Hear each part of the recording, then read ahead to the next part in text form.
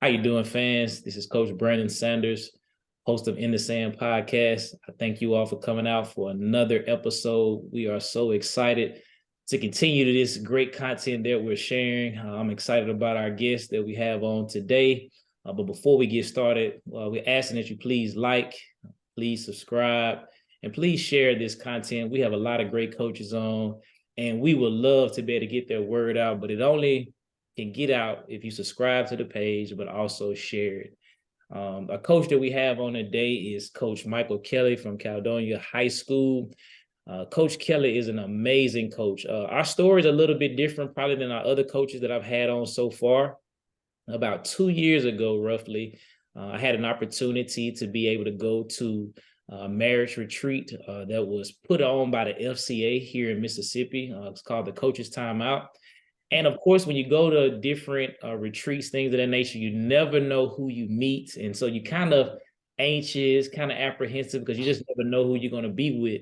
And of course, when we got to the table, Coach Kelly, his bright spirit, his encouraging word, his consistency, his humbleness really shine.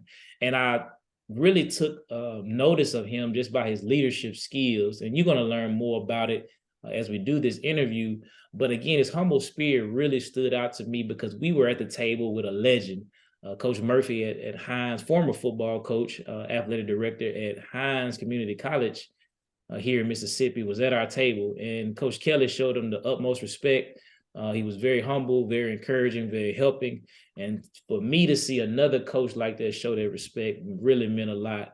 So I'm excited to talk football with Coach Kelly. I know I'm a basketball guy. Him and I was kind of talking about that before we get started. But he said something that's good. He said, I got five guys as a basketball coach, and he got 11, but it's not a whole lot of difference to it. So, Coach Kelly, welcome to the show.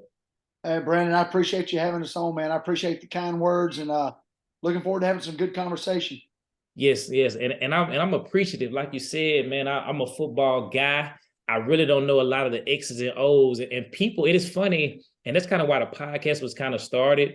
It's really to celebrate coaches because I know you see it. All of us coaches, we see it. Fans come to the game and they don't have a clue about anything. They just know yell, scream, holler, fuss, and complain.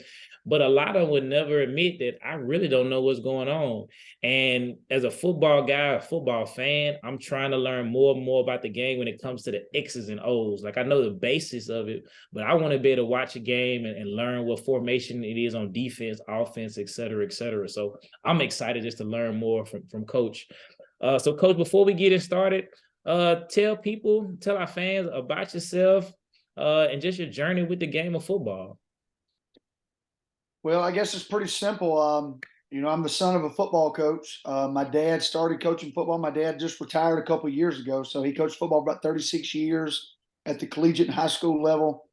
Brandon, as a young kid, I was able to grow up in the field house, and I was raised on a farm as well. So I had two options in life as I grew up. It was either football or it was farming. And sometimes I cut enough grass coaching football, I feel like I'm still farming. Uh, and things of that nature. But and then I say that also, my dad was a football coach, but my mom taught education for 36 years in special education. So, I understood and I saw the impact that my father had coaching football, and the impact that he had on other people.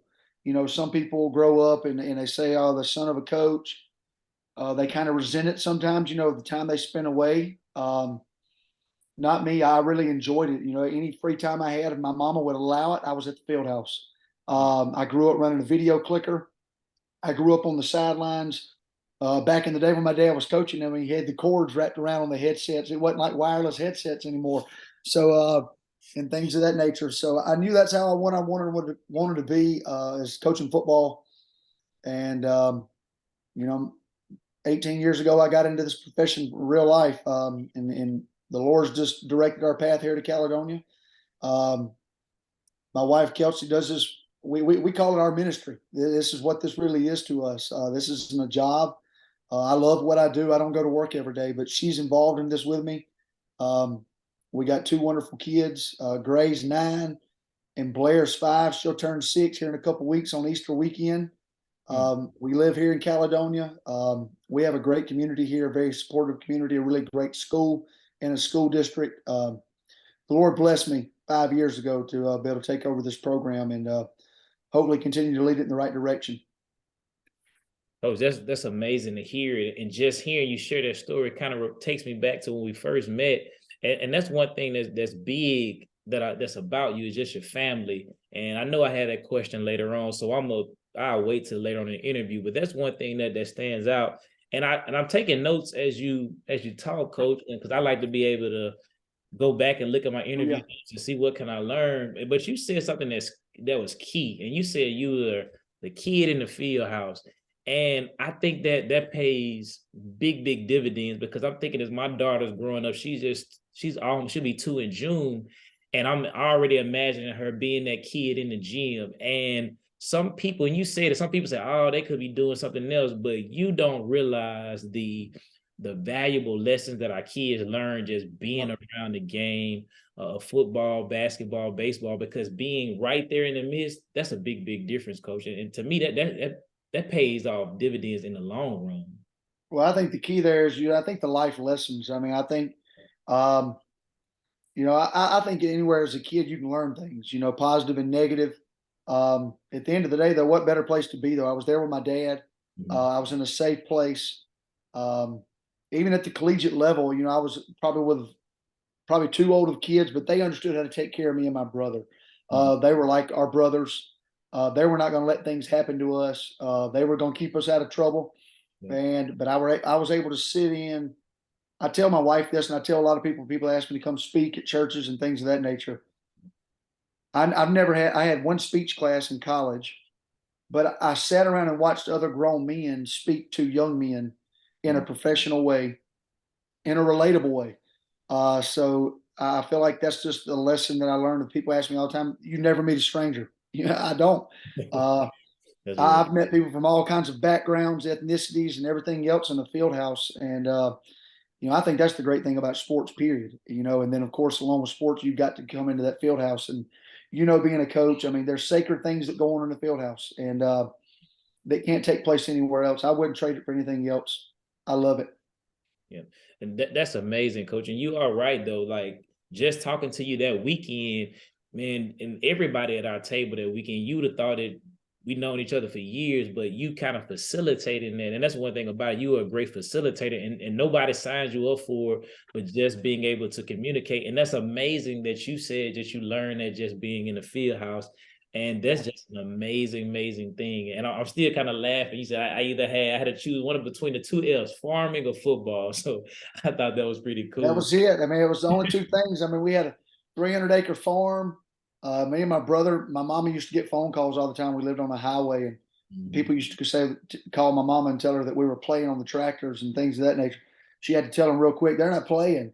That's their job. They got work to do. Because my dad was on the road recruiting. I mean, that's just what we had to do. My dad's dream was to own his own farm, so he did it one day in Poplarville, Mississippi. My older brother and I just had the liberty of taking care of the farm while he was out recruiting football players. But we understood what he had to do for a livelihood. We didn't resent it. I learned a lot of life lessons doing that as well. But I think I chose the best career path for me. That's good, Coach. And Coach, where did your dad coach college football? I'm not sure if I ever asked. My dad started out at Southern Miss. He was a GA back in the late '80s at Southern Miss, and then he stayed on for a couple of years, and then he got in the junior college ranks at Pearl River and East Central, and then he finished up his career back in the high school ranks. I don't let him get it. He's retired, but he don't get out of it too much. He still comes and helps us on Friday nights here at Caledonia. Plus, he gets to see the grandbabies. It's a win-win situation for him. Yes, sir. That's amazing, Coach. That's how you do it, Coach. Yep. Caledonia, man. I've heard great things about it. It's a lot of good things that happen in the North. So, Coach, talk to us a little bit about the community, your players, coaching staff, school administrators, just kind of all of those that kind of involved in making Caledonia a great place. Well, I think first and foremost, it's a great place because of our kids.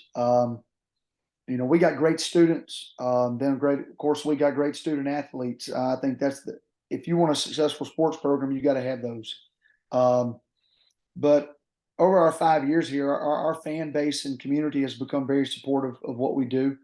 Um, I have a great touchdown club, the organization that operates with us, and I let those people do it. Um, but our fans slowly but surely come out in full force and support our young men on Friday nights, and our cheerleaders and our band. It's truly for a small community. It's what you kind of grow up thinking about in Mississippi on Friday nights. We're not really a town; it's really a community. We only have one stop sign, but everybody shows up here, and that's a testament to our kids and their hard work. But our administration allows that to happen. They're very supportive of what we do, and I kind of tell people this all the time, Brandon.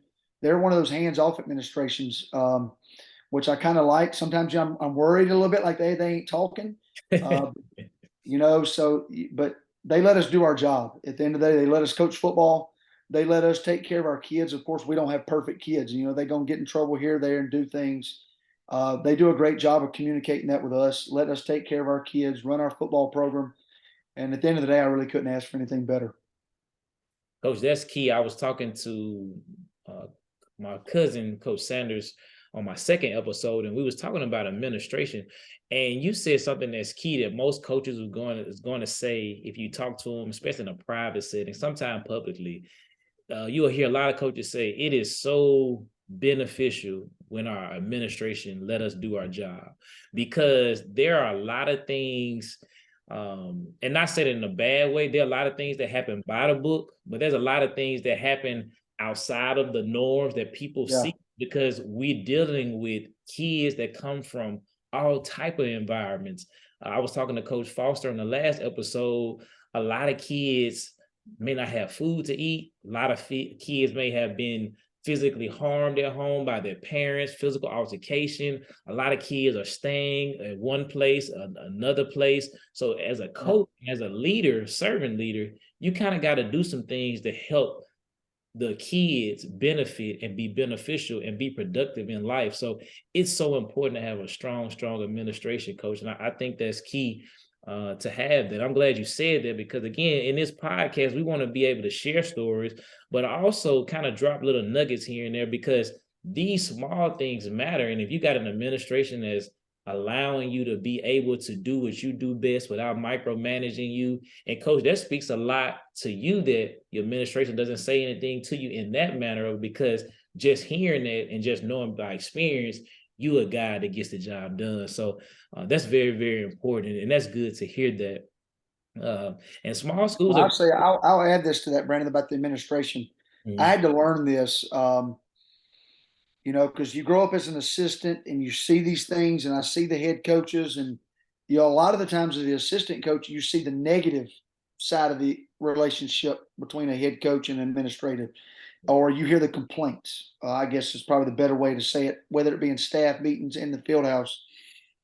And I had to learn this the hard way. The best way to kind of keep that, because you're exactly right. You got to do so many things outside the box. I mean, football coaches is a small part. It's kind of like your basketball coaching is a small part of your job. Yeah. Compared to making sure our kids get home, making sure they get off the bus, making sure they have something to eat. So there's no manual for what we do. Kind of like a school handbook. But I think the biggest thing I would say is this: you've got to be willing to go in there and sit down and have those tough conversations with your administration and let them understand we're not trying to break rules. We're not trying to do this. This is all to benefit our kids. We're running an extracurricular program, and I haven't seen many administrators that will buck you. Not growing up in this business, a lot of it just be transparent. Here's the vision of our football program. Here's the vision of what we want to do. This is how we're going to go about getting it done. And I think a lot of that's why they stay hands off. They understand what we're doing, and our kids come first. We're not going to do anything to embarrass our school, embarrass them, but first and foremost, we're going to take care of our kids. So that's true. And you said something, just listening to you talk about that. And I think sometimes our teachers in our school buildings, sometimes I think they get frustrated because they don't necessarily know the ins and outs of the relationship to the football program, to the overall well-being of the school. And I think sometimes I've heard, not at all schools, but sometimes teachers think that coaches get special priority or they get special treatment. And that's totally far from the case. So I'm glad this was kind of brought up so we can kind of voice this a little bit. The football program plays a integral part at most schools. If you just notice, football is usually the main sport that starts the season off. And of course, my basketball coaches may disagree, but if you just look at over the time, your football program is kind of kicks the season off. And so a lot of times the football program has to play a role where coaches can be able to get things done to keep the system Exactly. school moving. And I think sometimes people say, well, that's fake. No, it's not. You have to know what the role of each part plays. Every sport is important, but I always learn that I know that football is the starter, and it's hard to be the starter, and you got to do it right. And I think that puts a lot of pressure on football coaches because you said it, coach. And as much as we wanted to be different, people going to come out Friday night because there's so many people there on Friday night. And I heard you talk about this when we first met. The band parents are out, the cheerleading parents, the dance team, the JROTC, the football parents, community Exactly. leaders, everybody is out. So for the administration and coaches to be on the same page makes a difference. And it's so important that it's a working relationship. And it's not saying that athletics or football is more important than English, math, science, history. Not saying that at all. What we're Yeah. saying is it's on that same playing field because a lot of things can get done in an efficient way to help our kids grow. So I like that Well, I you. think you hit the nail on the head. They've got to be on the same playing field. So, I never tell our kids that football is more important than algebra. I yeah. would never tell the biology teacher that. But at the end of the day, sports in our school system and education, I would say across the United States, but let's just talk about Mississippi in general. Mhm. I tell you what, Brent, I made a statement to this about this the other day. We're an A-rated school, Right. and comparing athletics to academics. Mhm. If you were to take our athletes out of the test data, do you think our school would still be an A-rated school? I Mm. feel like we got high quality students in that school, Yeah. but I feel like if you were to pull just our athletes, our softball team, our volleyball team, our basketball team, football, all sports, you'd come to find out those are the same students that are getting you those proficient and advanced test scores that you want. Mm. They're proving they can go above and beyond. And I agree that football is I think it sets the temperament of the school year. It It is. gets it going. But Mhm. sports in general play such a vital role in the temperament of a school and a community. And I think a lot of just, as you said earlier, I think some teachers just don't quite get it. Yep. I don't mean that in a negative way. Oh, I They agree. just don't get it because they don't necessarily see it, Mhm. or in your and our case, they don't live it either. Yep. Yeah, and I totally agree, coach. And I'm with you. It's not in a negative way. It's just you just don't understand. And that's in most things in life. If you don't really know the ins and outs of things, you won't Yeah. understand it. And I'm learning that as growing as a young man, just growing, because usually when I was younger, even young in my career, I would always speak on things that I didn't know the full detail. Yeah.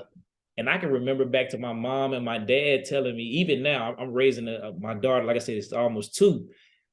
My parents say, well, you'll understand when you become a parent. And my idea, I'm like, oh, I got that. But now that I'm a parent and I see some of these sleepless nights or I see some of the energy where my daughter's running everywhere, I'm like, okay, mom and dad, I get it now. I Oh yeah. something I did not understand, but I get it now. Exactly. Mhm. Coach, you talked about being an assistant coach. And this is something that's major because in this generation, again, we're very positive on this podcast. But making a comparison, this generation wants everything right now. It has to be, I'm a head coach or I'm not going to do it at all. But coach, you came up through the ranks like a lot of coaches. And it's very rare that you just jump straight to the head coach. So coach, talk to us about, you talked about it a little bit, but talk to us about being an assistant coach into your transition to being a head coach and just the growth and the experience that was probably well needed to put you in the position that you are in right now. Oh, I think the nail on the head is I think you just said it was the experience. You know, I got a degree in coaching, but you don't learn how to coach till you go coach. That's true. Until you get out there and deal with kids Yeah. and put their feet to the fire and actually put your own feet to the fire, you don't understand what coaching is. And then I tell a lot of people this, you don't really know what coaching is till you go clean that locker room and clean that bathroom every now and then either. Um, but I'll say this, Brandon, I had a positive transition from being an assistant coach. I had an enjoyable time as an assistant coach and a coordinator, and then the Lord opened a door for us to be here. Yeah. You know, 5 years ago, I got my first head coaching job. Did I interview for other head coaching jobs? Absolutely. Yeah. Was I hurt in some of those decisions?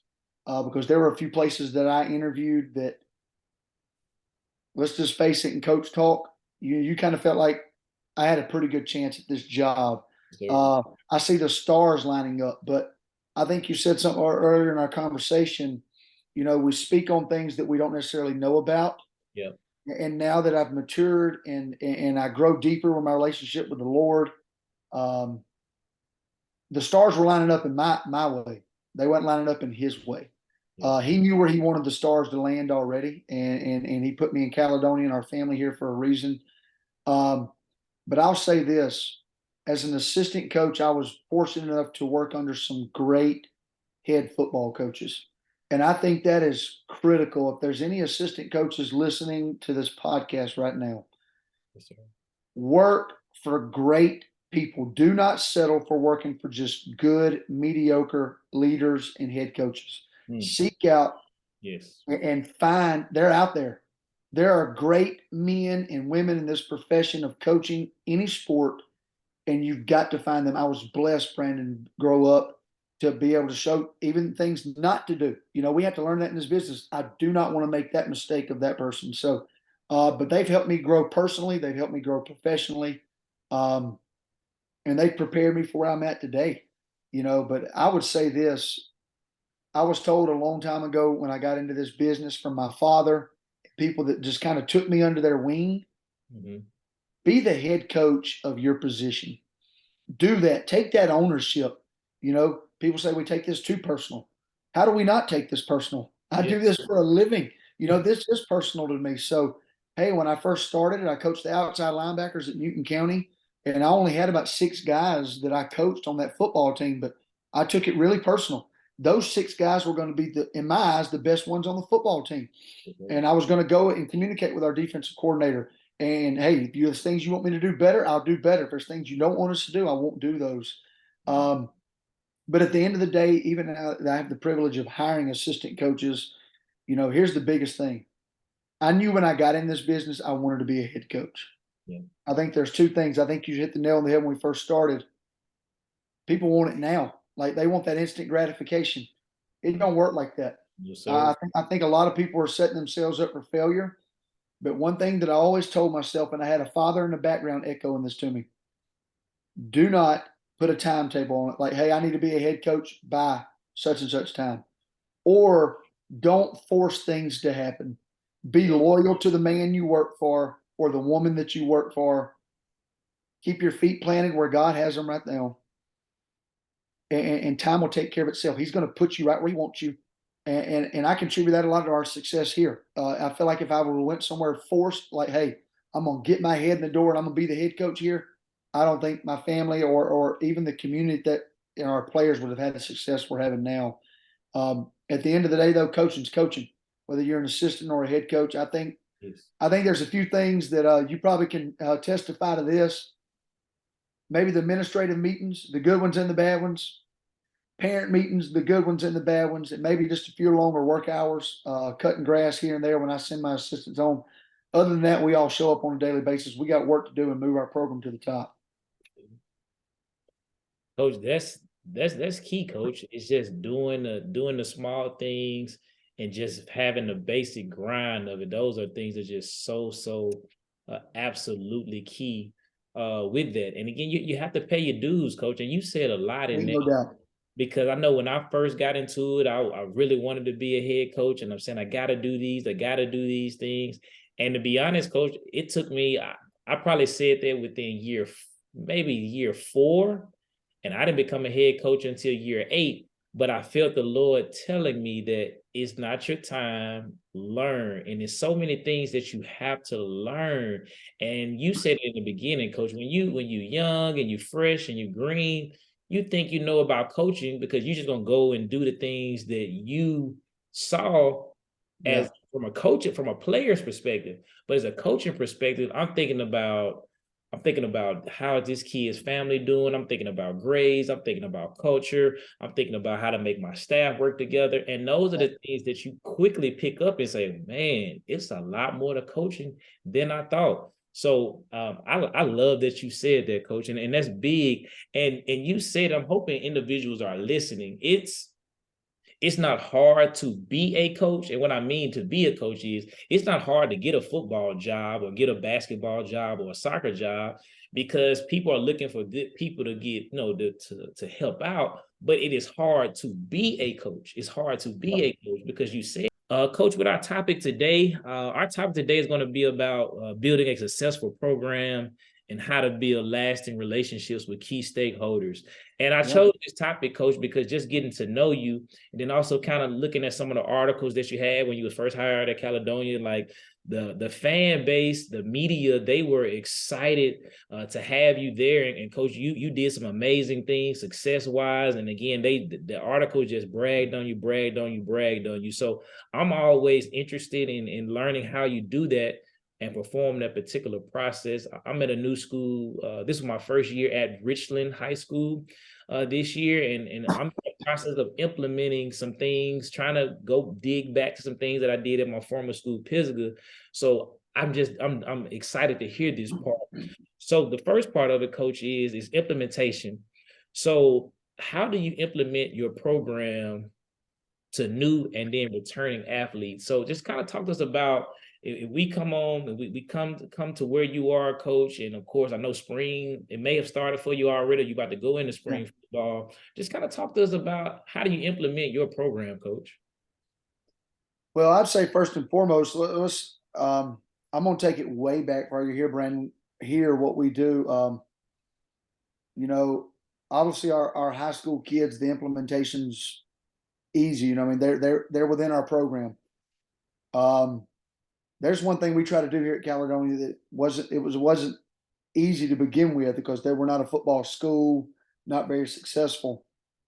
But we try to get our young men excited about football at an early age. We're very hands-on with our Pee Wee program here. Our touchdown club that I referenced earlier, they're over our Pee Wee program. I pretty much meet with all the Pee Wee coaches.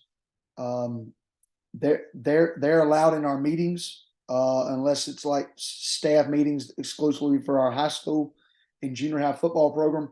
We meet with them about 3 or 4 times over the summertime before they get into their mode.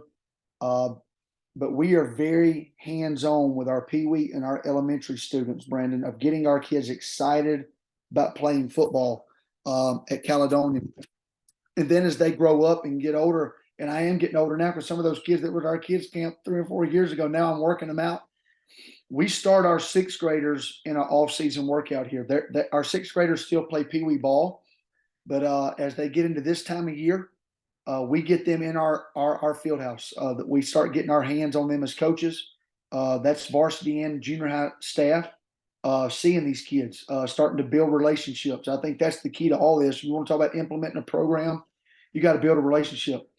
We don't have the greatest athletes. We're real slow, but I can tell you what, we got great kids that will run through a brick wall for us. And I think a lot of it's just because the trust that we build with our kids, the relationships of it goes deeper than playing football on Friday nights. But any kind of kid that just transfers into our program, the first thing I want to do is just sit down and talk to them. We don't even talk at the field house.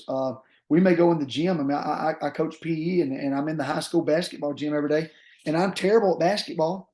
But like if a kid transferred into our school, the counselor brings them to me. He says, we may go shoot basketball and talk about playing football.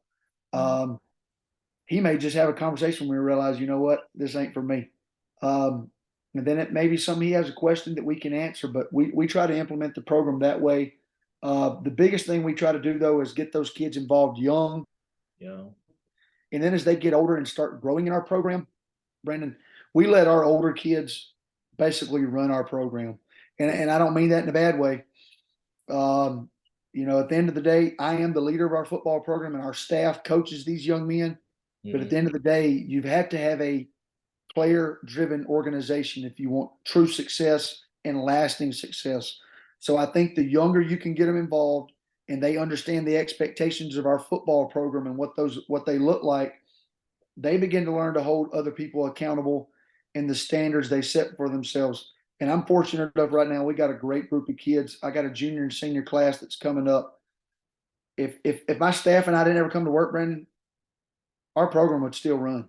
They would make sure our workouts get done. They would make sure people are lined up and dressed appropriately.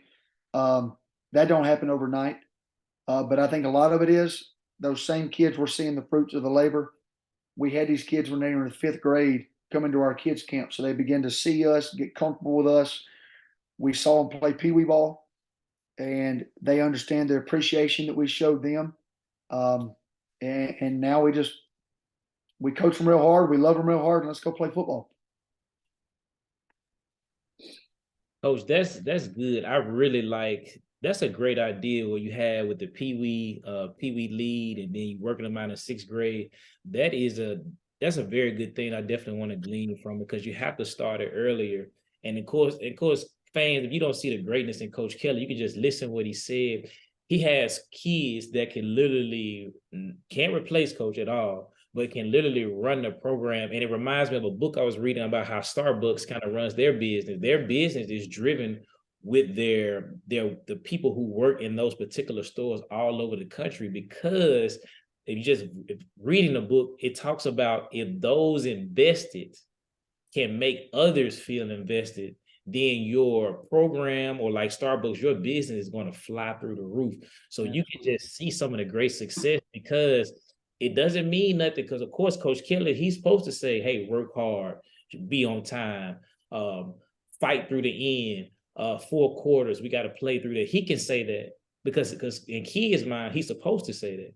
But when a sophomore or freshman can look to his left, look to his right on that defensive line, offensive line, and they saying some of the things that coach said, for some weird reason, a kid's voice holds a little bit more weight than our weight. But as coaches, we understand that we are servant leaders, and it's just like anything else. If we plant the seed, and if our older kids got to water that to make it grow, we can live with that because we don't take credit for it. So that's amazing to hear you say that, coach, and that's gonna work. It's gonna pay out for you, coach. I know it is. So, We coach, hope so. oh, I know it is, coach. You, like I say, the biggest thing, you got God on your side, and you put the work in, coach. Talk to us about your philosophy a little bit, coach. Let's talk. I know I heard it a little bit, but a lot of our fans haven't heard you speak a little bit. So talk to us a little bit about your just philosophy overall with football. Well, I'm a young. I still like to say that I'm young. My wife tells me to look at the bottom of my beard all the time. She says that I ain't young anymore. Uh, I'm closing in on 40, so But I guess But I still call myself young. Those kids keep me young. But Yes, sir. Brandon, I coach with an old school mentality. Mhm. I get it from my father. That's just how it is. But I understand there's this younger generation of kids that we deal with on a day in and day out basis. Yes, You've got to be very relatable to them, you do. and I feel like my staff does a great job of that. We all bring a different character trait to the table within Mhm. our program, but at the end of the day, you got to kind of meet them where they are, You do. and you know I mess with them all the time. Like if they wear these mismatching socks, so I'll go to practice one day with mismatching socks on. I love ankle socks, and these kids want to wear knee highs, so I'll go to practice one day with knee highs on, and they can kind of see the youthfulness and the joking. Mhm. But at the end of the day, that old school mentality, you understand when that horn blows It's for time. period one, it's time to go. Whether I got ankle socks on or knee highs, or I got a do rag hanging off my head, it don't really matter. It's locked in and ready to go. But I think it also teaches our kids that what, we can work, Yeah, but there's also a time to have fun as well. Like enjoy what you do. yeah. Um, and those kind of things. But I'm very old school. I'm very detail oriented. fundamental based. That's the way I run our program. That's the way I try to live my life. Just stacking fundamentals on top of each other. And at the end of the day, we have four things we believe in here at Caledonia, and I feel like it fits in with our philosophy. Number one, we believe in being tough. It's all over our kids' lockers, toughness. We want our kids to get really comfortable with being uncomfortable. Number two, we want a work ethic. We want to outwork everybody, and that starts with me. So at the end of the day, I've got to come to work every day with a great attitude, with a great spirit, but we're going to work. Yeah. We can have a great time. We can talk. We can joke. We can wear knee-high socks, but we're going to work. And when the work's done, we're going to go home. Number three is discipline. I think it's the key to all this. It's kind of like the mortar between the bricks. You can do all these other things, but without discipline, it's not going to work. And last but not least, we try to get our kids in this philosophy to believe in greatness. And it's on every one of their lockers. Chase it. It's a constant pursuit, meaning we'll never get there. We will never arrive. But by George, if we chasing after it every day, we're going to go past a lot of people. And I grind our kids hard, Brandon, to get to that point. Our coaching staff does a great job of that also, of feeding off that from me. But that's a testament to my coaches as well, because we're not all the same. But I have men that work underneath me or work with me. I shouldn't say underneath me. They work with me that believe in the same things. This is old school, and this is how we're going to get it done. But we try to have a good time doing it as well. Coach, that's big, and a lot of course, in our generation, of course, I'm not far behind you in age either, Coach. When we play, Coach, and I know a lot of coaches been saying this, but just emphasize, just in case somebody hasn't heard it. When we played, our coaches didn't have to had no socks. They didn't have to play no music. They didn't have to bring no cookies, no cake. No. Coach, we just played, Coach. Like it wasn't no choice. Like some of our coaches were the strictest, firmest guys ever, and we bust our tail, gave them all that we had. But what I'm trying to get a lot of guys in our generation to realize is the way we were coached, it doesn't work in this generation. They say, well, man, you're making the kids soft. No, what happens is just like how everything evolves, it changes. Yeah. We still, like you said this too when we met a couple years back. The standard is still the standard. And you said it in an interview too. I'm not going to waver from that. I'm not going to cut corners. But as a coach, I do realize I got to kind of do some of these things to make it flow into this. So it's bad to have the old school man, because I'm like you, Coach. I'm old school to the heart. And I'm trying to implement more and more and more of those things. Because again, I'm not too flashy, not too high, not too like I'm straightforward. I like to get it done. But I am working on trying to implement those fun things, because that's what our kids need. It's not what I needed. It's not what you probably needed. And I think about it, we may have needed it, but the standard then was just, let's get it done. You can have fun when you leave practice. So that's very I think you and I, though, we played sports under these people that said, you're just going to do it because I say do it. And let's be real.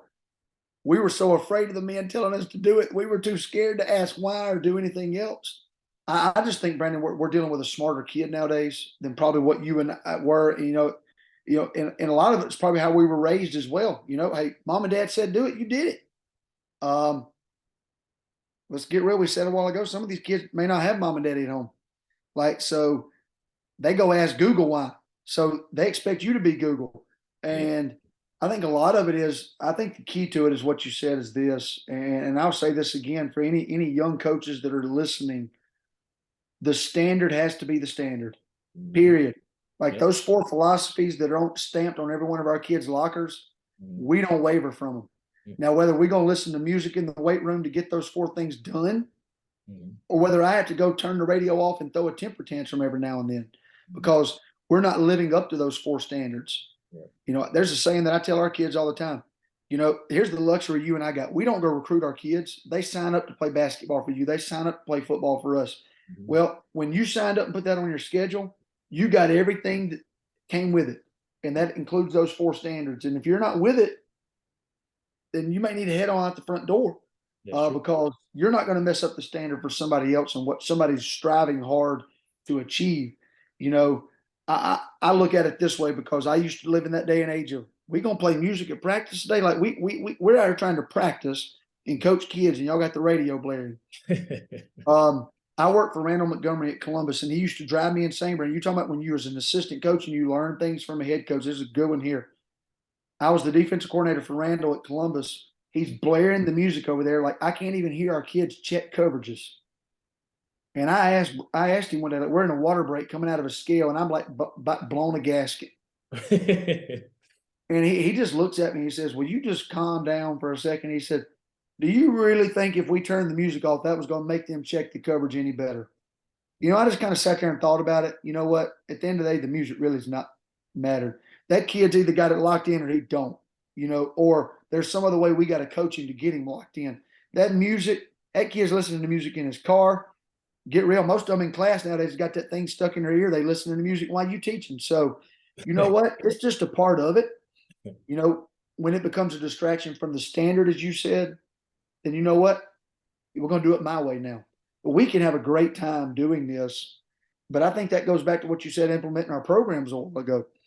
When the other kids begin to see these people are working so hard, but they're having so much fun doing it, people want to come see what's going on. And that's all I need for a fourth grade kid is come stick his head in our field house, and we'll get him, Brandon. I promise you. I tell our kids all the time at kids camp, we let our older kids run it. But if I can ever get a young kid in our field house to see what it looks like, to feel the environment, I'm going to say 85% of those kids will stay with us till they graduate. That's a testament to our staff and the young men that come in and work day in and day out, period. But for that to happen, you hit the nail on the head. The standard has to be the standard. How we get there is not really going to be pertinent. Be the discipline to get there, and let's get it done. Coach, that's key, Coach. And I'm kind of I guess we similar in this too, because I can play music when we going through our warm-up drills, but when we working on scheme or plays or trying to get something down, I got to cut the music off, Coach. Like I have to concentrate. I can't deal with noise at all in the gym. But my girls coach, Coach Strong, I love her to death. Man, she can play music from the beginning of practice to the end of practice, and it doesn't phase her at all. And I'm trying to get that point, but Coach, when we trying to focus, lock in, hey, we got to be silent. So yeah. But Coach, I do love your tough work. You got a tough work ethic, discipline, and greatness, and you got to chase it. So, Coach, and you talked about this. About you had the stamp on their locker. So to me, that tells me that you believe a lot about branding. Coach, why is it important that you brand your program in your community, but just in general, why is branding a key component of your program? Well, at the end of the day, I would say we talked about a while ago, back when you and I were playing ball, that's probably really wasn't important, or you and I didn't really study it all that. We just did what the coach told us to do. Yeah. And even like the assistant coach, like we talked about that transition a while ago, you didn't see the branding and the marketing of your program. Yeah. You sit in that chair behind the desk, you got to begin to look at all the different aspects of your program now. Mm-hmm. You're making money with these kids, but I say that you're making money for the kids. They're the one putting the show on. And that's like I tell our kids all the time, people are going to pay $8. You better entertain them. It's our job to get them ready to entertain them. Yeah. I think the branding thing is important nowadays. If you'd asked me this probably 7-8 years ago, Brandon, I told you crazy. Like, watch this, just show up, play football, all that other stuff take care of itself. Yeah. And it does take care of itself because I have great people that do that. I keep my hand in it enough just to stir it around and see what's working and what's not working. But I would say this about branding our program. The number one brand for our program are our kids itself, period. When they walk out the front door, whether it be with a sweatshirt that says Caledonia, whether it says Swords Up on it, and they walk in Walmart in Columbus, they understand what that means. Because I'm going to say 95% of the time, they're probably looking at a well-respected young man, a young man that makes good grades in the classroom. Yes, ma'am, and no, ma'am. Probably would hold the door open for a lady. Are these kids perfect? By no means, no, they're not perfect. Mm-hmm. But what it says across their sweatshirt has to stand for something, or we all need to go somewhere else. It means something to play football for us. And over the 5 years, I would say if there's anything, you take the wins and all that, those things are great. But you can just see our kids, they're different, Brandon, than what they were when we first got here. Do they look different because they worked hard in the weight room? Yes. Are they in shape year round? Yes. Mm. But I have teachers email me all the time. Of course, I get that one every now and then because he was doing something in class, but I get a lot of emails. Coach, let me tell you about Brandon. Hey, hey, Coach, he comes in class and does this, this, and this. I got a handicapped girl in class, and listen, he pushes her down the hallway every day in her wheelchair. Mm. You know, this day and age we live in, you don't find that everywhere. Nope. But I also believe you have to model that as the head coach. Your staff has to model that. But at the end of the day, you want people to talk about branding. Here's you a logo. When your kids walk out, and it's probably the same way at Richland because all I ever do is see our kids in stuff that we buy them for football, sweatshirts, warm ups. Like that's all they wear. I ask them all the time, which is probably my wardrobe too. That's all I got. Kelsey says, "You gonna wear anything different?" No, I'm not. That's all I got. But at the end of the day, not everybody can wear that. And for you to wear that, it has to mean something. It has to stand for something. But I would say another thing that we brand here, there's two mottos that we really stand by with our football program, Brandon. One, we started a couple years ago. I let our senior class. I'm a big historian, so I threw a couple things out there for them, and we stole the whole Cortez thing with burn the ships, and they changed our mascot to the Cavaliers, so we thought it was kind of fitting. But we've really got into this thing now of, to become a champion or to win a championship. There's a lot of ships that you have to burn. We got signs up in our building and things of that nature. But it teaches kids. But we really go into detail about what that burn the ships mean. This ain't about you. You if you leave something floating around out there, folks, these kids will go get it. And we as adults try to teach them and brand the fact of just burn all your boats. And when you do that, there's no retreat. Just do the right thing, live the right way. Don't give yourself another option. The next thing is, we build off of our philosophy with that number 4 a while ago of greatness. It's stamped all over our kids. If you look at the back of a sweatshirt for our kids, we have a motto called chasing greatness. And period, our kids understand it. It goes back to what we said a while ago. It's a constant pursuit. And our fan base has really caught on to that as well. So if you were to come watch one of our games, you're probably going to see a lot of banners, a lot of flags flying that say either burn the ships or chase greatness, because at the end of the day, that's what our football program stands for.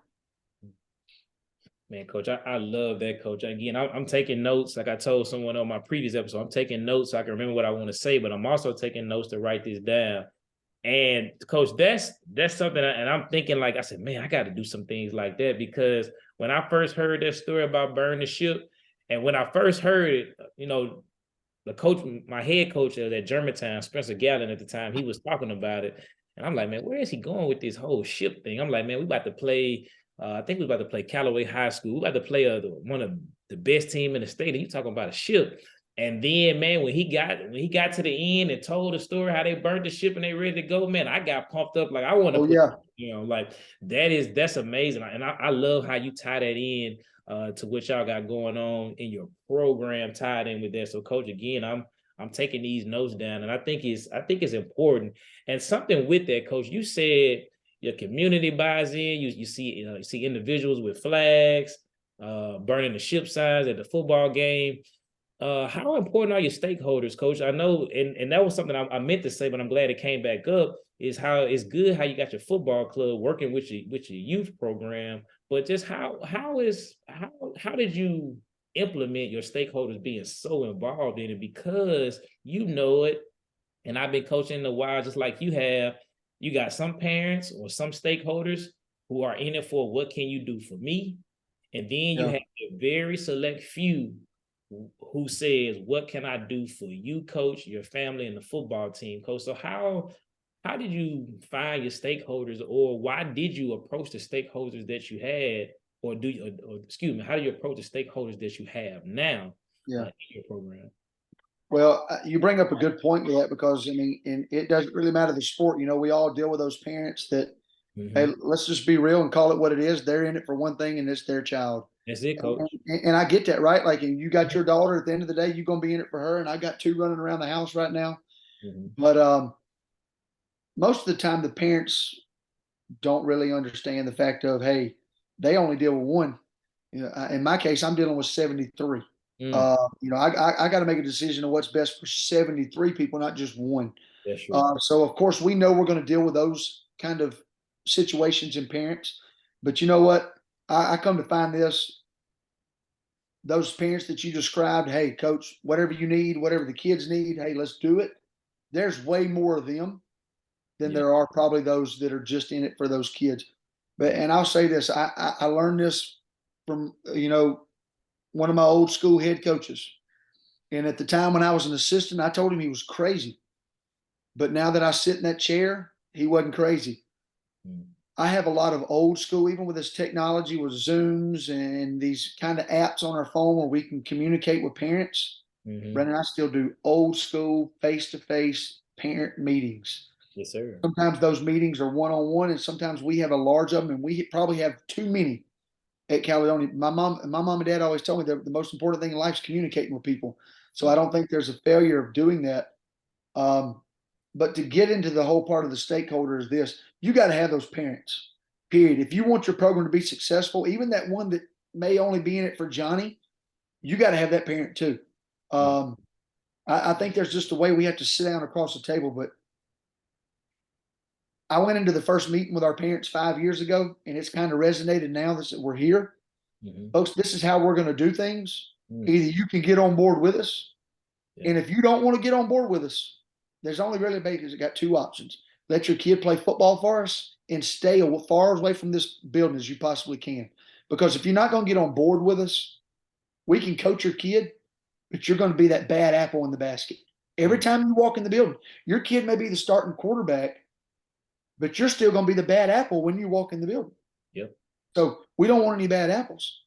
Or your kid can be the starting quarterback or the third string quarterback, and you can come in here and do what's best for the program, right? Right. And that's another thing we've taken to our parents. Are our parents going to burn their ships as well? Are Mm, you burning all the boats? We can't sell this to our kids and have them go home be eating dinner with their parents and their parents bad mouthing the program, coaches, other kids, or whatever it is. But your son's over there still wearing a shirt that says burn the ships. We're trying to teach him how to be selfless and do what's bigger for the bigger picture. And here you are talking about this. Do we have our issues and problems? Yes, we do. mm, Um, but I think the biggest thing is just communicate with these parents, communicate with the businesses and the community supporters. And here's the biggest thing: I have a sign in my office. My dad taught me this a long time ago, and my wife had made a sign for it. It's in my office. I don't spend a lot of time in there, but give back. Don't be a taker.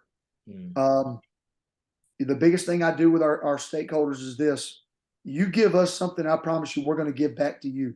We're going to give you a great performance on Friday night, mm-hmm. but there's not many businesses in Caledonia, Brandon, but at Christmas time, you can see our young men going to ring the Salvation Army bell and they're running over one of those businesses. Yeah. Uh, I have people calling all the time. Hey, they need help doing this. They had to do this. We had a tornado right here before Christmas come through. We took our football players out to help do those kind of things and help clean up. I think that's important because I want our kids to understand the same people that are writing a check so we can ride a charter bus.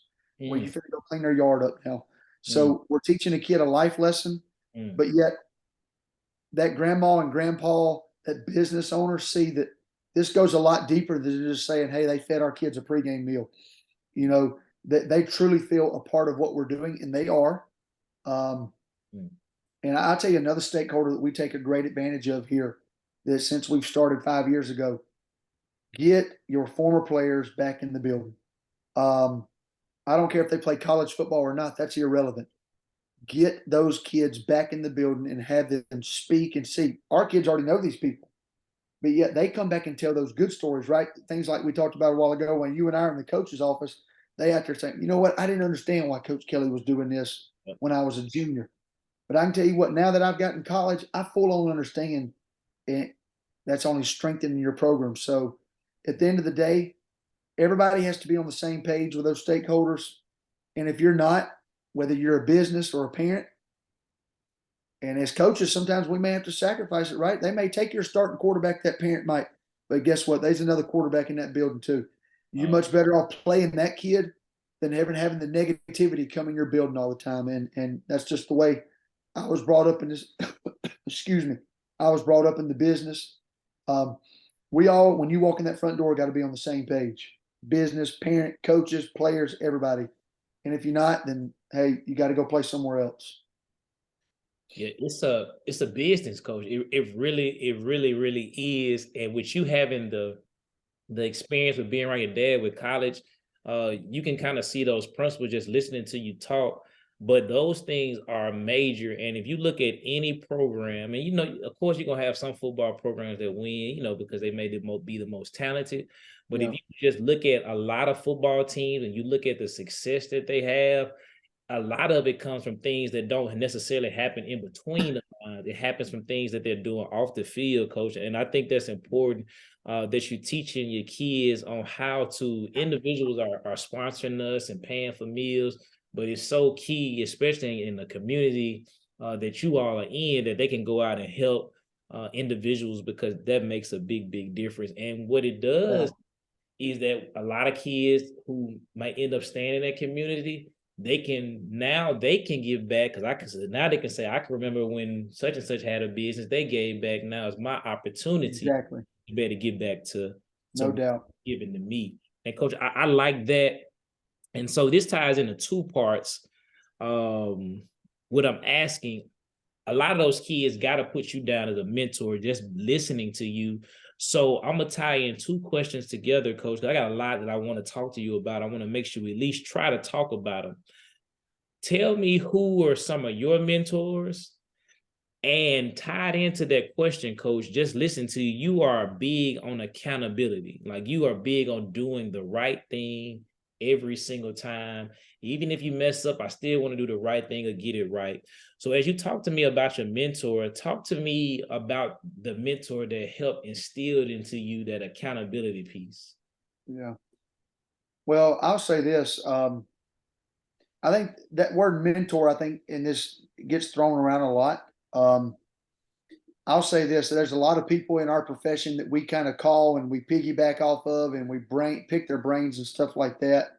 Mm-hmm. A mentor to me, though, is like those people that, like, they transformed my life. Mm. They made a big time difference. And Brandon, I think there's three that like come right off the bat. My father, without a doubt. Yeah. My dad was a hero to me. Period. Whether he coached or not, that's irrelevant. He was super dad to me.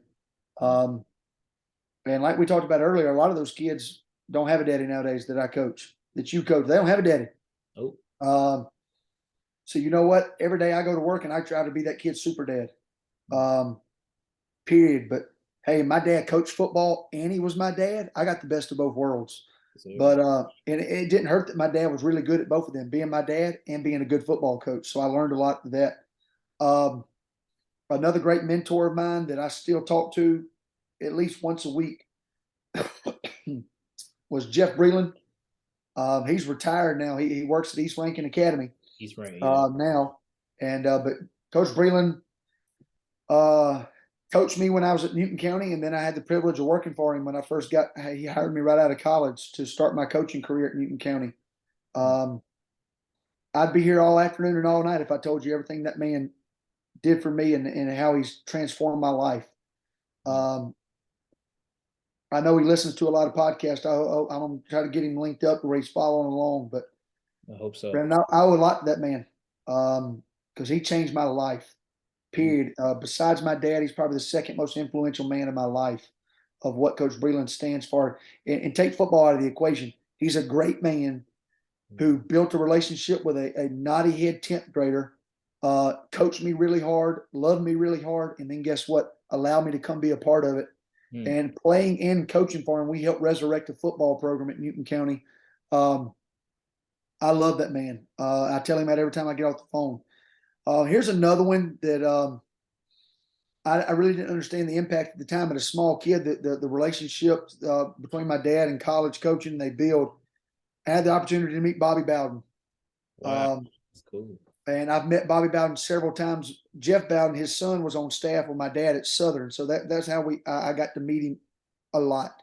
I tell people that all the time. I used to see Bobby Bowden all the time. I mean, it really wasn't that big of a deal. But I'm gonna tell you the biggest thing, Brandon. Meeting Bobby Bowden over many times and watching him on TV, listening to him through FCA conventions and things of this nature. But just be a football coach.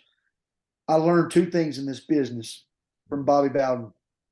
Number one, you can be successful in this business at a very high level, um, and enjoy that, right? Like that. That's the end of the day. We enjoy winning, You do. and you could tell it. He did. He enjoyed it. But number two, he taught me this because he says it everywhere he goes. You can do all that and do it the right way. Mm. Period. People think you have to cut corners to win games. Folks, just do things the right way, and I think that kind of comes back into your accountability. Brandon, it was real simple for me growing up. The accountability for me comes from my mom and dad. They were really hard on my brother and myself, Mm. but we didn't have a lot of family rules of do's and don'ts. It was pretty much real simple. Just do what's right. And if we didn't do what was right, my mama didn't have to wait for my daddy to get home. My mama was going to put me and my brother in our place.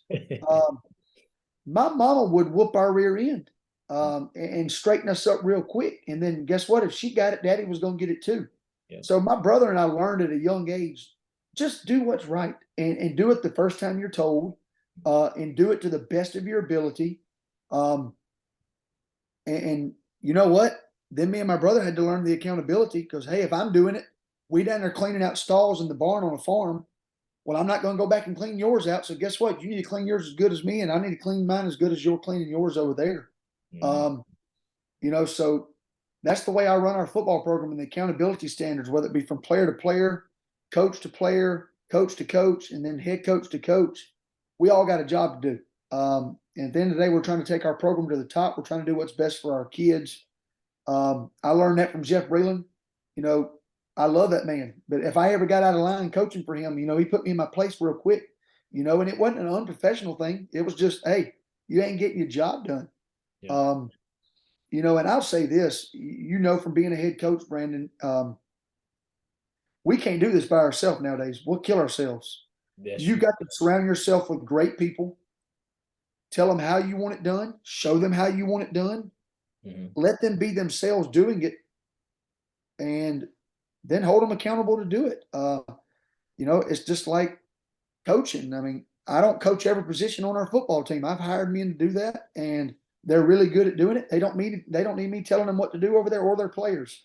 If it was, I just need everybody else to go home and I'd coach the whole football team. But it's not even that. I mean, our coaching staff have things to do inside of our building. I got one that's in charge of all the film and all the downloading film and the managers, and one's in charge of I got two coaches in charge of the equipment room. So if something tears up on a kid, I can't be there to do all that. I'm only one person. Mm-hmm.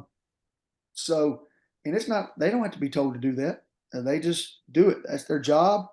Um, hey, but that's you and our job. Hey, if something don't get done, then sometimes we have to have those rough conversations. Hey, we ain't getting this job done. Either we need to do a better job or we're going to have to go a different direction. But I've got great men. I got great players. They don't have to be reeled in too many times. And I tell people this all the time. They make our operation work. They keep that boat in the water and keep it going the right direction. I just try not to hit the iceberg every now and then is what I try not to do. But I feel like the mentors and the accountability, that's how I learned it. My parents, and just like I said earlier, great coaches. You got to be around great coaches in this business. Yeah, coach, those are key things, man. I think about accountability. I think we're similar in that as well. My dad was National Guard, so the discipline Oh was yeah, always there. And same thing with my mom, similar to you. I can remember one time when Justin and I were misbehaving, and I know it was in church. My mom took us down to the basement bathroom and took. The only thing she had was a belt on her purse, and she let us know that you don't behave this way in church. And so oh yeah, that you learn that. And then, like you said, coach, you got a second point that you made about just hiring. You got to hire good people. Not sure if you're a Nick Saban guy or not, but I know that's a big thing that he is on. He's on yeah, about hiring good people. Now, the thing that I kind of wish that he would kind of change up a little bit, he does hold his coaches accountable. Sometimes hold them accountable in public on TV. Sometimes that gets a little edgy, but I do see that in some things that he's trying to instill in his program Yeah. at Alabama. That's a Um, fine line we always struggle, because yep, I'm not perfect at that either. There's some times, that I've probably crossed the line. yeah, Now I will say this: we try our best as a staff not to argue in front of our players. Now there are probably some heated, tense moments, of course. Um, there's some times I've had to go call some coaches and say I'm sorry, because I was the one that messed it up. hmm Um, but I agree with you wholeheartedly. I think there's some times that you really can get unprofessional with the holding people accountable, but at the end of the day, hold yourself accountable. And I think a lot of it just trickles on down to those. They see the high standards that you set for yourself. yeah, And I learned this as an assistant, right? Working for Coach Breland. If I work for you coaching basketball, I don't know anything about basketball, but here it is. At the end of the day, you are my boss, and I do not want to let you down. yes, sir. And I see how high standards you hold for yourself in our basketball program. Well, then it's my job as an assistant coach to get to those standards. I'm trying to get up there to your standards because you thought enough of me to hire me. Mm. And I see the pressure you put on yourself. I see the standards goes bigger than your basketball program. That's just for you. And it's my job to try to raise mine to be up to that quality and standard as well. And in our situation, looking back at those assistants, if those aren't the kind of people that are elevating their standards, then you know what? They may not be on our staffs as well. They can go work on somebody else's staff. They just can't be on our staff. Um, that's just kind of how the accountability part of it works. It really does, man. And so, kind of dealing with your accountability piece. I'm gonna get into. I'm gonna say these. I'm gonna say these three questions for the end. I'm gonna write it down because I do All want right. to talk about these. I think these are to me three things that I believe represent you as well. I'm gonna take note of that. I want to get into some football things. Okay. Um, let's see, Coach. If we came to a football game, what style of offense? And of course, I don't want to tell too much of these things. I know some of your rivals going to be watching, trying to find some way to beat Coach Kelly. So I don't want to give you too much to get an advantage on it. But Coach, just talk us a little bit about, talk to us about sometimes your offense, defense. Kind of talk about what you're trying to do on both sides of the football. Well, I can assure you, we don't have any secrets. So if they are watching, we'll tell them what we're doing, how we're doing it. Hey, you know how it is in basketball. The pick and roll is a pick and roll, folks. Hey, you got to go out there and execute it, and you got to learn how to defend it. So, Yep, you're um, right. if you came and watched us play, Brandon, offensively, Mhm. um, I told you I'm an old school guy, and I'm fishing to show you just how old school I am. Um, we are a flex bone triple option offense. We look a lot like the Naval Academy, the military schools, old school Georgia Tech with Paul Johnson. I say Georgia Tech. Um, Yes. you know, but I grew up this way. I'm a defensive guy at heart, Mhm. Brandon. My dad's coached defense for 30 years, and all we ever did was try to stop people, stop people, stop people. That's all I've watched my dad do. And I helped him try to do that. And I remember my dad always saying the hardest thing to defend defensively was making somebody tackle the dive, quarterback, and pitch Mhm. coming against the offense because it requires you to be disciplined. And you're going to get a laugh out of this one along with everybody listening. We deal with 15 and 16-year-old kids and trying to get them to do something over and over and over again. I already know. Uh, you know, that's tough. They may do it one time, but now they got to do it 62 more times. Mhm. And the two or three times they don't do it right, give us a chance to win the game. Um, but it works well for us here at Caledonia because offensively, we're not real talented. We don't just we're not loaded with a plethora of athletes. Mhm. We've got a lot of good kids. Are they bad athletes? No, they're just good high school football players. Yep. So we have to do something schematically that gives them a fighting chance to win. Mhm. Um, we got a quarterback and throw the football, but we might not have three wide receivers that can catch it and take it the distance. Looking like Calvin Johnson out there or something like that. So, we have to work with the pieces we're out. We said a while ago we're not recruiting, so we have to go deal with what comes in our front doors. But I believe it's a mindset offensively. Our kids have bought onto it in 5 years, though, that we beat people into submission offensively. Like we're coming at you. And you see it now. We get in the third and fourth quarter, a lot of people, they tap in that helmet because they're ready to give up. They don't want it anymore. And we create a lot of explosive plays because people aren't disciplined enough. And Brandon, I hate to say that, it's not the players. Some coaches aren't disciplined enough to try to stop it, dive quarterback and pitch. But I love it. It works well for our kids. I have a great man, Coach Weeks, our offensive coordinator, believes in it just as much as I do, which is really critical. It is. So, if I have to walk out of the room and he's game planning, I know exactly what's going on in that room. Like, we ain't finna all of a sudden come out there and something crazy looking. Coach Weeks believes in it just as hardcore as I do. So, which then ultimately gets our kids to believe in it. That's the kicker to it. Defensively, where I cut my teeth at and where I'll probably go to my grave at, we're going to play a 50 defense. We're going to play a old school. We play an old school 50. We just do it with that more hybrid 3-4 athletic kid now. Mm-hmm.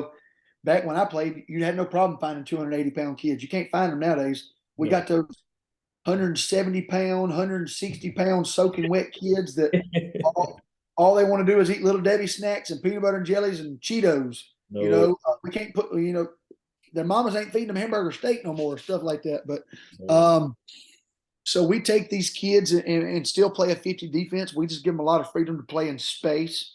Yeah. People ask that all the time, say, Coach, you're not athletic, so why are you putting these kids in space? That's where I put a lot of pressure on my coaches, and we just coach them up, and we get them coached up really well, and our kids just execute very well. But at the end of the day, I'll say these things about offense and defense. I guess you could probably flip the same thing to me offensively. Football, let's don't make it real complicated. Offensively, it's about blocking. Defense, run and go tackle the man with a football. Sometimes we make it too complicated for our kids. Teach them what they need to know, but stay real hardcore in the fundamentals and basics of what you're trying to do. The key to it is getting your kids to believe in what you're trying to do, and you'll be successful. Yeah, that's key, Coach. And two, you said something before we started this interview, but you are right. There's a lot of similarities. We try to put our kids in space on the offensive side of the ball, because a lot of times you put kids in space, a lot of times, even though they may not be the most talented or the most skilled, when you put a kid in space against another kid, anything can happen. And so if you train, from what I'm hearing, the way you all practice your kids and train them, if you can teach them the techniques, teach them the skills, they'll win those one-on-one battles in space. You're exactly right. Coach, this is something that I always talked about as a basketball coach looking in. A lot of times I see when football coaches get into the red zone, sometime, in my opinion, it almost gets predictable about what a coach is about to do. And a lot of times I ask myself, like, I know you about to hand the ball off and punch it right up the middle. So I think in my mind, why not maybe put a couple receivers out to at least make the defense think that you may pass the ball. So, and again, that's me not knowing all the X's and O's of football. Yeah. So when you get down in the red zone, just as a football coach or your team or just in general, what are you trying to do in that red zone? How are you trying to score? Because I guess it's just like in basketball, if we get it in the paint or around the basket, we want to make that layup because it's like you got to do that. So in the red zone, what are you looking for in the red zone? What's something I can just pick up and learn about red zone offense? Well, I'll say this. Schematically, Brandon, we probably don't look a lot different once we get into the red zone. I mean, we are who we are. Yeah. I would say probably if you looked at us formation-wise, we probably change more than what we do concept play-wise. Yeah.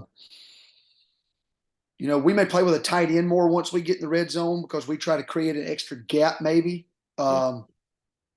We run a lot of condensed sets. We bring our wideouts in real tight once we kind of get inside the 25, 20-yard line, depending on what we're really trying to get done. To bring up, because we are so A and B gap oriented with our dive and quarterback option offense, that sometimes those condensed sets allow us to get the ball to the perimeter really easy.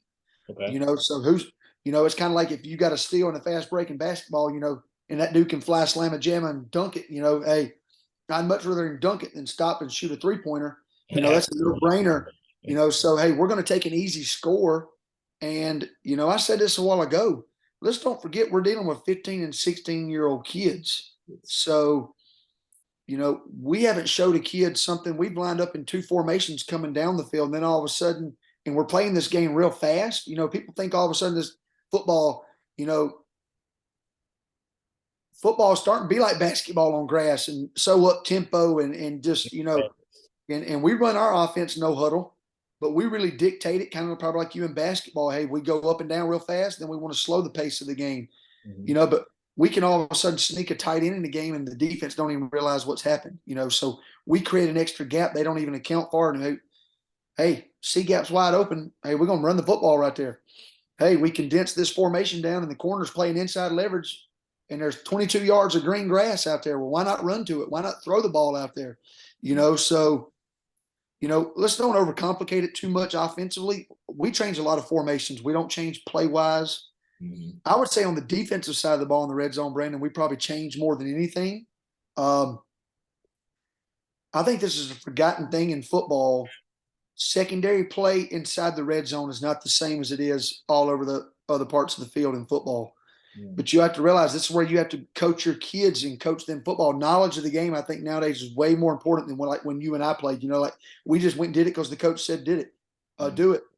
We watch more film and we meet nowadays more than we probably practice. So we try to teach our kids situation things, knowledge of the game. So we have to teach our DBs. Well, there's only certain routes they can run inside the 15-yard line. So, hey, we're only going to cover certain routes. Your technique changes. So we spend a lot of time practice-wise defensively changing in the red zone, probably more than we do offensively, just for the pure standpoint because the field's not as big anymore, so the offense can't do a whole lot. So defensively, we have to change. Offensively, to punch it in, I'd say the biggest thing, if you wanted to see us inside the red zone, we're going to probably change the formation on you. Oh, that's key. I never thought about that. And that's why I like just talking sports. I never thought about the coverage does change for your DBs and even your safeties if you have them in that point, because it is totally different. And a lot of times, and that's why I really like the red zone, because now I feel like as an offensive coordinator and defensive coordinator, you got to get creative because now it's so different. And that's why a lot of times you just see a lot of your misdirection plays, et cetera, et cetera. So I think that's pretty cool. So with that being said, Coach, do you give your quarterback the freedom when he gets to the line to be able to make a change on his own, or do you all coordinate that? How does that work, Coach? How much freedom do you give your quarterback to be able in that moment, or do you have to be able just to guide him to put him in the right position? Because like you said earlier, these are still young kids. Well, we're a no huddle team already, so it's a lot of check with me at the line of scrimmage with our coaching staff. So I guess to answer the question, our quarterback we don't do a lot of audible change. I'd say where he has the freedom to do that. Because our coaches are constantly changing the player formation to get all our kids in the right play. But I would say this about our quarterback and our offense. Anybody that watches an option offense, that guy's getting the snap, and within a second and a half, he's putting it in the fullback's belly, and he's got 2 reads on every play. And let's get real. That's a 15-year-old kid we're coaching. Yep. Coach Weeks, who I referenced a while ago, our offensive coordinator, coaches our quarterbacks and fullbacks, and he does a great job with them. I coach our offensive line. I don't want to coach our quarterbacks. I want nothing to do with those kids. He has to calm me down in a football game because they read it wrong, right? It's kind of like probably your dude throws it to the wrong guy and throws it out of bounds or something, just crazy things. And my offensive line mentality wants to go over and just rip that kid's head off. Like, dude, really? And Coach Weeks is he just tells me on the headset, like, calm down. He knows what he's done wrong.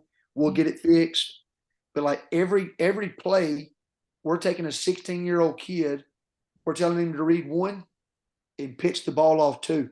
And Brandon, he has to make those decisions that quick. I guess in the reference to your game, that'd be kind of like that point guard. Yep. They have to make all this work. And a lot of times as a coach, and we coach them all we want to coach them, but eventually you got to trust them to go play and to go execute what we got to do because there ain't no remote control attached to them. So I would say we don't do a lot of audibles, but that guy, excuse me, that guy gets the freedom to make a lot of decisions for us and build a lot of trust in us as coaches, but we trust him as well. And that dude has to make plays for us, or we're not going to be really good. That's good there, Coach. Again, that is similar to the point guard. Point guard, QB almost has to be a replica of the head coach. Yeah. As we begin to wrap up, I know, again, I don't want to take too much of your time up. I'm gonna call this our 2-minute drill question. I know I didn't get Okay. to ask you about your 2-minute drill, but we're gonna just kind of simulate a 2-minute drill with questions. Okay. So I'm just kind of throw some questions out to you. All right, so coach, um, are you a punt guy or do you go for it on fourth? We going for it on fourth down, hands down. Period. All right. Are you an extra point guy or 2-point conversion guy? Ooh. Put me on the spot. Brandon, be honest with you, that's a situational call. I'm probably going to read our players, read the situation. Is this a once in a lifetime opportunity for our football program? If it is, we probably fishing to go for two and try to wrap this thing up. We're going to ride or die right here. If we fought our rear ends off to get back into a game, you know what? I feel like with the momentum's on our side, hey, let's kick the extra point and let's take this thing to overtime. That becomes a gut feel, right? I guess that's why they say we get paid the big bucks. But your first question was really easy. We going for it every time. Period. My coach staff gets we ain't putting that thing. We going for it. Man, you braver than me, coach. They always tell me I'm a safe guy. But again, I think situations call for you to do different things. Speaking of overtime, coach, should the NFL rule in overtime change? Ugh. I'm not a big NFL guy, being honest. I just don't have a lot of time to watch it. If I'm not mistaken, I think maybe this year, last year, I think they did change the rule or made some kind of modification. Don't get me telling a story, but um, I know the coin toss wasn't working. If we basing this winning team on probably whoever gets the ball first, probably was not going to work. Yeah. So I think now at least both teams get an opportunity to score. So I think that probably levels the playing field. This would be my biggest thing about overtime, whether it be high school, college, or NFL. Let's make it consistent amongst everybody. Yeah. You want to talk about overtime? Our overtime rules in football in Mississippi is terrible. Put the ball on the 10-yard line and play. I would really like to see all three facets, NFL, college, and high school, really adopt something like they do in college. Just put it on the 25-yard line and play. Because I feel like you can't play all night. Yeah. Hey, put it on the 25. So I feel like your offense, defense, and special teams still have a chance to win the game. Period. I like that, coach. Again, my biggest thing with the rules is like I like to give everybody a chance. And to be honest, coach, you taught me something. I didn't really realize that, but I'm gonna start paying attention to it now. I didn't realize that in high school overtime is on the 10-yard line. I really didn't know that. Don't remind me.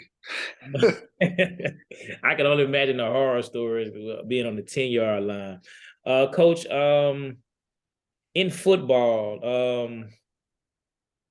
who would be your, I don't know, you hear this question all the time.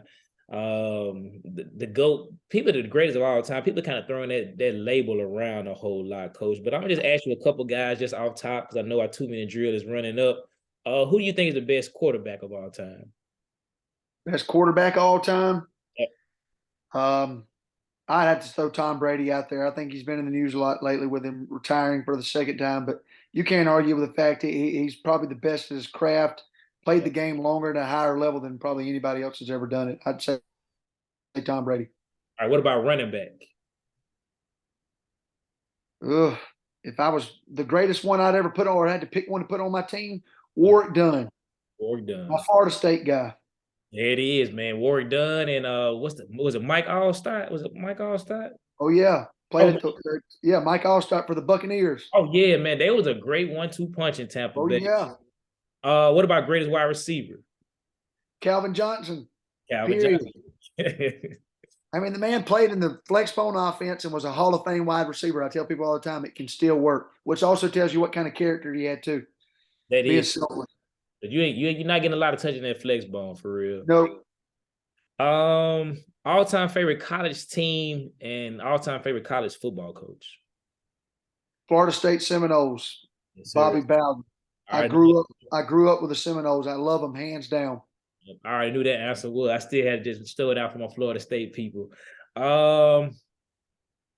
All right, coach. I'm gonna ask these last 3 questions, and I'm gonna get you to get a conclusion. I'm gonna let you out of here, coach. About what does success mean for you? Talk about why family is important, and you can talk a little bit about your family, and then talk about, why you treat people the way you do, coach.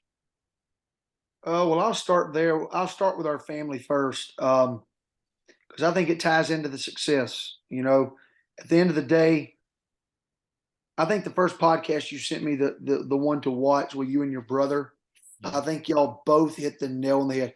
All most people ever see us is the coach. They don't see us as dad. They don't see us as a husband. Mhm. Um, at the end of the day, I'm called to be those things before I am a coach. So, Um, we're blessed to be able to do both. But I'll say this, Brandon, I'm fortunate enough. I married a great coach's wife. She's heavily involved with our football program. She's heavily involved with our community. She's all the time in our field house feeding our players.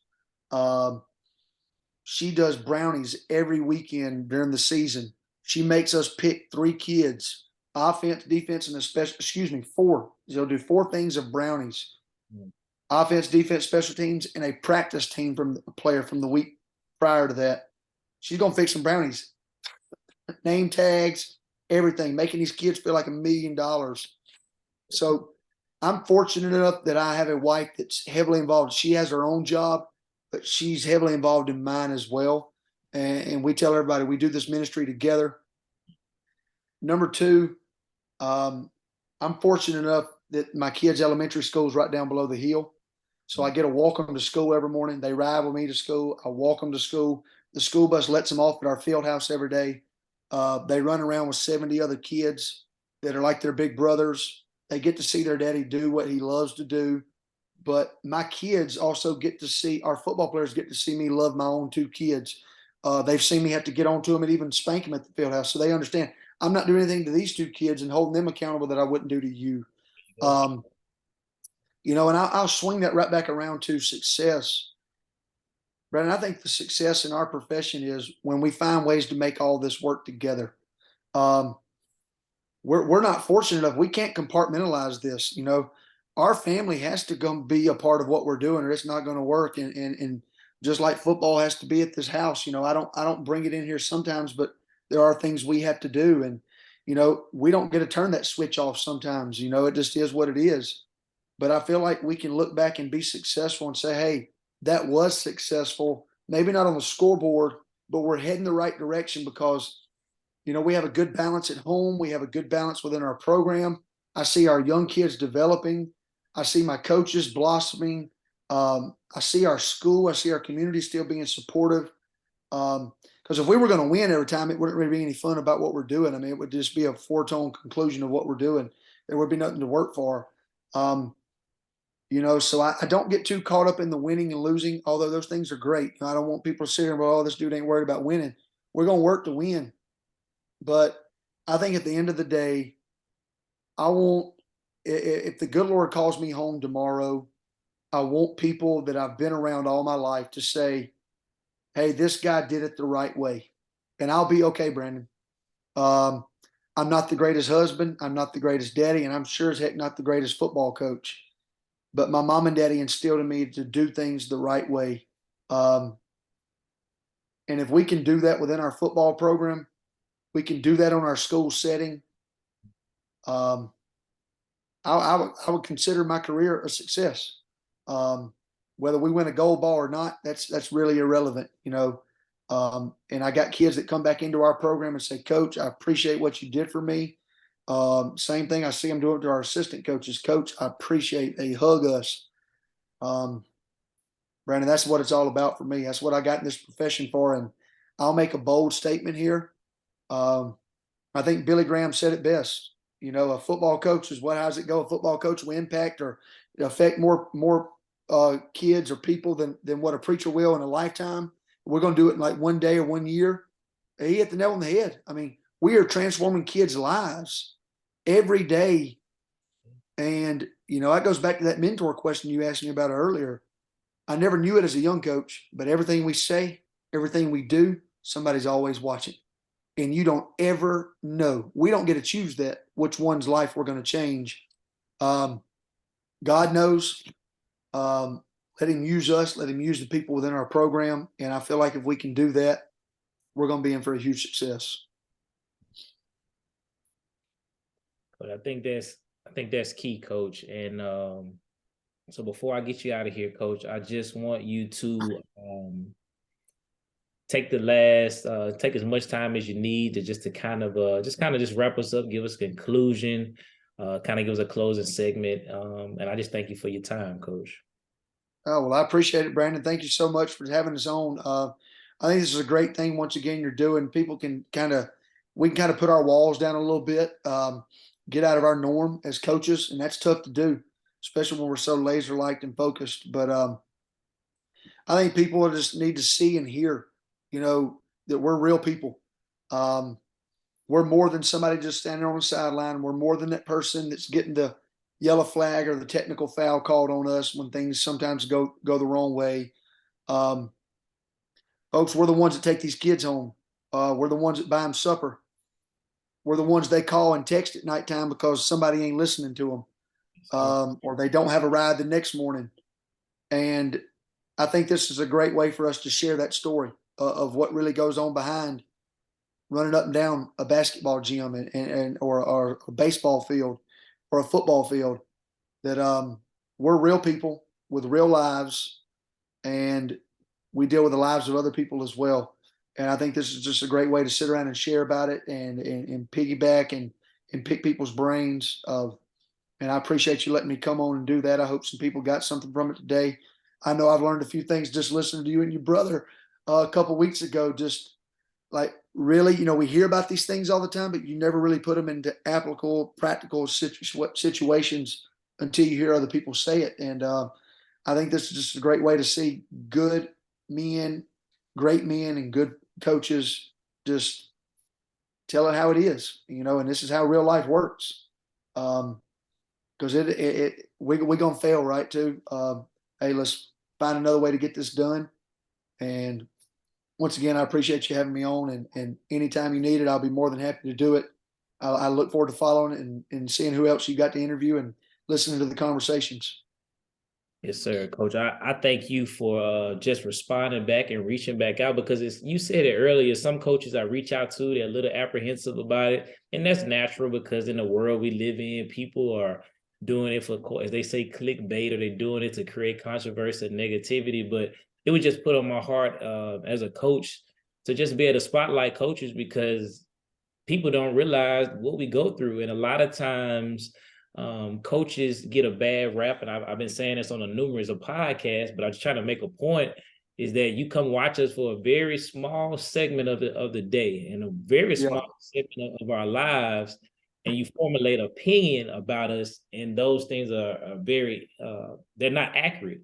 And so this right here is not to toot our own horn. This is just to create our own stories and just share and allow people just to be able to see who we are as a person, and to be able to see the God in us. So, Coach, I'm excited about it.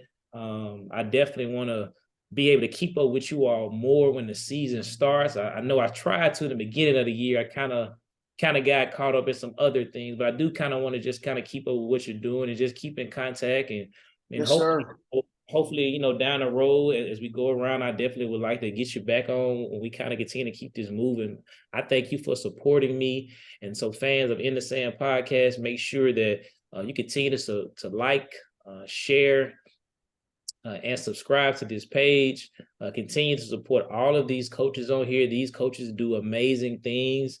I know we don't talk a lot about what they do record wise or scheduling wise, but if you just kind of just do your own research on each coach that we have on here, they're doing great and wonderful things.